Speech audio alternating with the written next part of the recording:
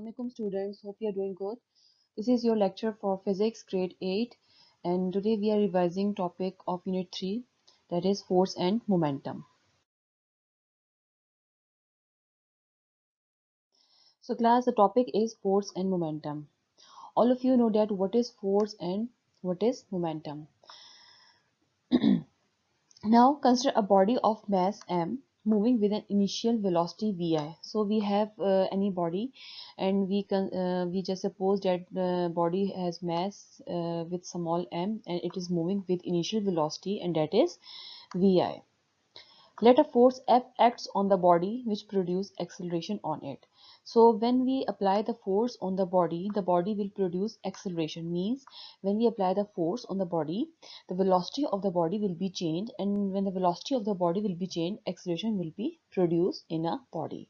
So this change the velocity of the body. Let its final velocity after time becomes Vf. So when the velocity will be changed, the other velocity will be Vf, that is the final velocity of the body, and it will be changed after some time, and time is represented by small t.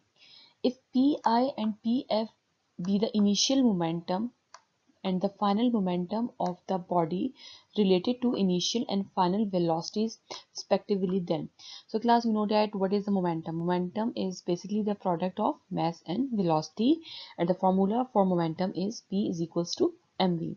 So if we have initial momentum, obviously it will be represented by pi and that will be given by mvi, and the final momentum will be pf is equals to mvf.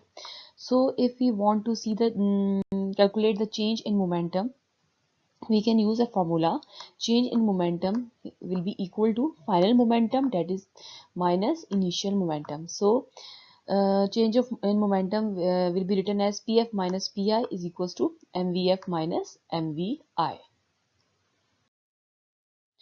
So if you see the rate in change in momentum, obviously whenever we will calculate the rate of change in momentum, we have to divide pf minus pi by t or any other quantity of that we have to find out the rate of that quantity. We have to divide it by small t because rate represent the time.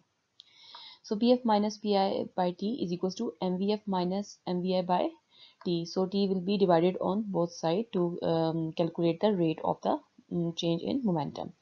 So if from this equation, if we just take the m common, it will be written as vf minus vi by t. And we know that in unit 2 we have learned that rate of change of velocity with respect to time is known as acceleration. So vf minus vi by t is the rate of change of velocity which is equal to the acceleration that is produced by the force that we applied on the body. So if we just see this equation, we can write this equation as um, first of all we have to know that what is the formula of force. Force is equal to ma according to the Newton's second law of motion.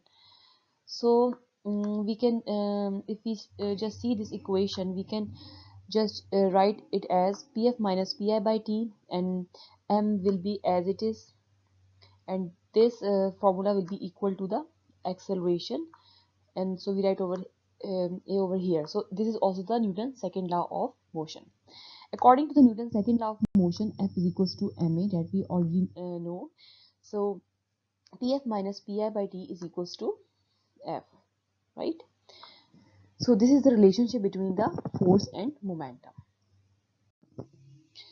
If you see the previous equation, equation 3.14, it is also defined as that force and state Newton's second law of motion as when a force acts on a body, it produces an acceleration in a body and will be equal to the rate of change of momentum of the body.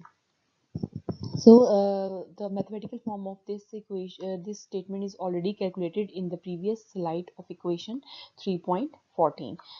And the SI unit of the of the momentum defined by the equation 3.14 is equal to Newton's second, which is the same as kg meter per second, right?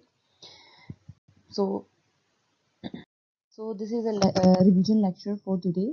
You have to just practice the derivation of force and momentum and in full detail, and try to solve the problems that are related to this force and momentum, and also the example that is given in your book for exam practice. Okay, thank you.